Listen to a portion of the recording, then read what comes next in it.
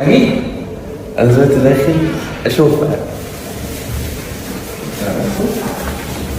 بسم الله ما شاء الله. أخيرا ولدت آلاء، ومحمد حوارات أعلن ولادتها. وزي ما انتوا شايفين كده آلاء موجودة دلوقتي في غرفة العمليات. ولسه حالا محمد حوارات منزل ستوري وكاتب عليها: دعواتكم لأم آلاء تتجنن عليها، ودعواتكم للبيبي دلوقتي في الحضانة. ألف مليون مبروك على المولود الجديد. وكمان أهل آلاء كانوا موجودين في المستشفى وآلاء بتولد، وأهل محمد حوارات كمان كانوا موجودين. وكانت من فترة إن آلاء هتخلف توأم، وبعد كده اتقال إن هي هتخلف بنت.